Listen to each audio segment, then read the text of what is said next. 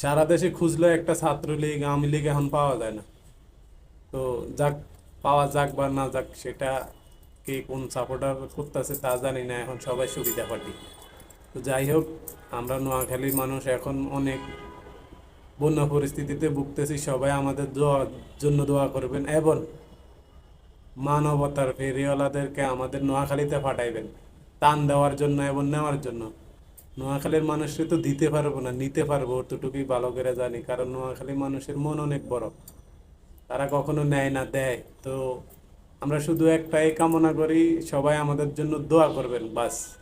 টান দেওয়া লাগবে না। আর ভুলেও একটা জিনিস কয়ে দিই, ভুলেও কোনো নাম্বারে কিন্তু বিকাশ করবেন না। এই বন্যা দেখায় কিন্তু অনেকজনের বিকাশ, আমাদের কিন্তু মানবতার ফেরিওয়ালার অভাব নাই।